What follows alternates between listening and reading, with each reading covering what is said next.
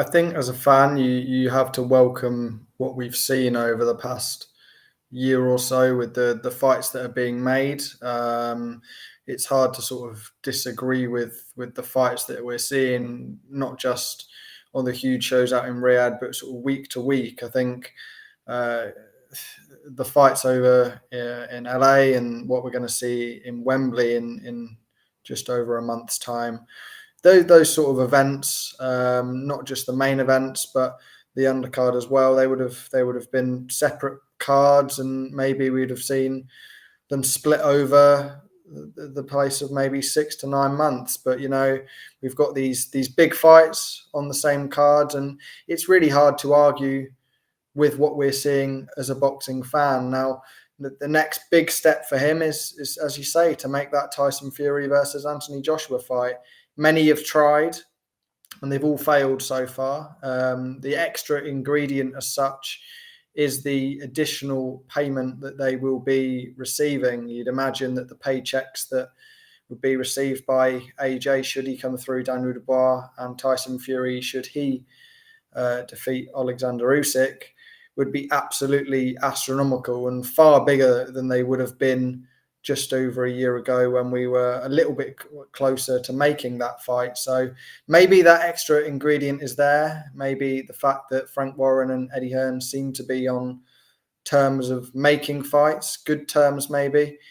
And we'll just have to wait and see if the fighters can do their job and come through the fights, and maybe we will get that matchup. But I think we're probably in a better place financially and promotionally to make that happen. But it's now just up to the fighters to see if they can get the job done, and that fight will be as close as it's ever been. Josh, just to keep on you for a moment, would it, or do you think it would have happened had Turki Al-Sheikh not been in the picture? I think I don't think that fight happens without Turkey, if I'm honest. We've been. I mean, how many times have we been there? 3-4 times. I know there was the time. I think it was it May last year where we seemed to be 80% or so towards getting that fight done, and suddenly the plug was pulled, and that was a fight that it wasn't in the thinking of the promoters. We've seen the back and forth from AJ and Tyson Fury over the years, and I think there's a lot of harm and a lot of scar tissue that can come from that. I think when a fighter has been in negotiations multiple times to get a fight over the line, and it's not happened time and time again, I think there will certainly be thoughts in their minds, if the financial deal isn't right, if they want to go through all that again and not get the fight. So look, the financial deal is going to have to be right for both of them. And if there's any man that can stump up the money, it's Turki Al-Sheikh. But to answer your question, without Turkey, no, I don't particularly think the fight happens. Well, let's get to some of the fights that could be in the offing. We're running a poll here. Which fight do you want to see the most? Option 1 is Tyson Fury versus Anthony Joshua. Option 2 is Canelo Alvarez versus Terence Crawford. The wheels have sort of slowed up on that one.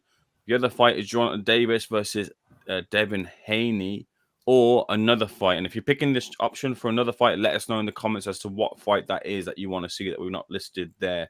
So that's your votes and voting options there, which fight you want to see the most that can maybe get over the line with that Saudi influence. Let's get to some of the comments in the chat before we talk about those fights individually.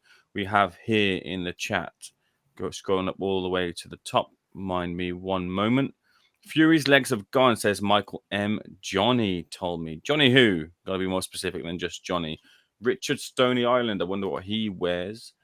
He says Sir Joshua. I don't know what that means. Sir Joshua, maybe hankering for him to get an honor of some form. The pro Joshua turns him to food. Well, it depends what side of the coin you land on, because a year or so back we'd say Fury was madly in the ascendancy and Joshua was, on the way out. But now maybe the pendulum has shifted as to where we view Fury to be the one who's got a lot of questions to answer. Magic Beams. Fury's fighting Usyk. Joshua's fighting Dubois. What's this shit? It's next. That's why it says next on their Magic Beams. Get with the program. Paul Daniels, he agrees. Get with the program as well, Paul Daniels. Lol, British Box Media keeps forgetting about Usyk for sure. No, we're not forgetting about Usyk at all. Of course, Tyson Fury has to get in in front of Usyk and win that fight. But it says here, Turki Al-Sheikh has made it clear that he wants to make Fury versus Joshua after their next fights. Hence why I'm saying next. So once Joshua comes through the picture with Dubois, win or lose, and even Fury as well too, win or lose, both of them will be matched up together, it appears to be. We'll find out soon enough as to whether that's the case, but that's what we're talking about here for the moment.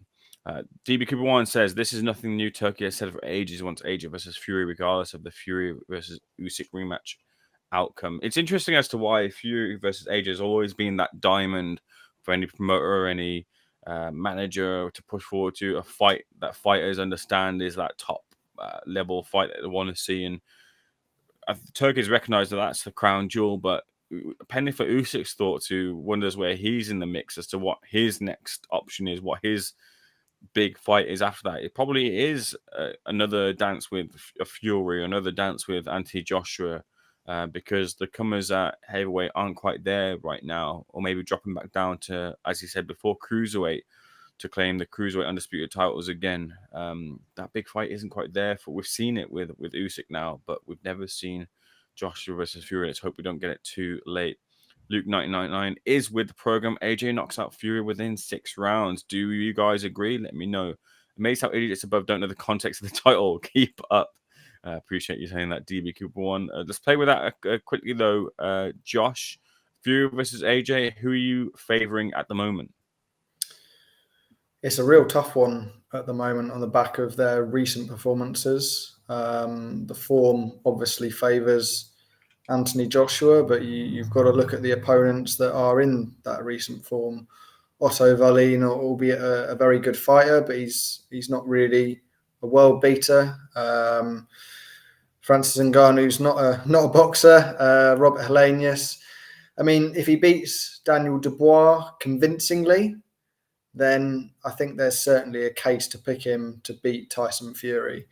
But a lot will depend on what happens in the Fury-Usyk rematch. I fully expect an Usyk win in the rematch, by the way. I think Usyk will improve even more. I think he's a fighter that learns from his fights. I think he's an incredibly smart fighter. And I fully expect Usyk to get the win over Fury, and I think a knockout is certainly on the cards for Usyk in that rematch. But as far as Fury versus Joshua goes, you know what? I probably do favour Joshua at the moment. I'm not really sure where Fury sort of lands after his defeat to Usyk. And yeah, I mean, AJ looks like a revitalised fighter under Ben Davison. He certainly looks incredibly aggressive. I spoke to one of his sparring partners, Peter Kadiru, just last week, and he was very bullish on what he's been seeing in the gym. And he's been in 5 AJ camps over his years. I think dating back to when he was previously supposed to be fighting Fury, and dating back a number of years. I can't quite remember when his first camp was, but he believes that this is the best AJ he's ever seen, and if this is the best AJ that he's ever seen, I think he does hold an advantage over Tyson Fury. But we'll have to see how they both get on against Dubois and Usyk respectively.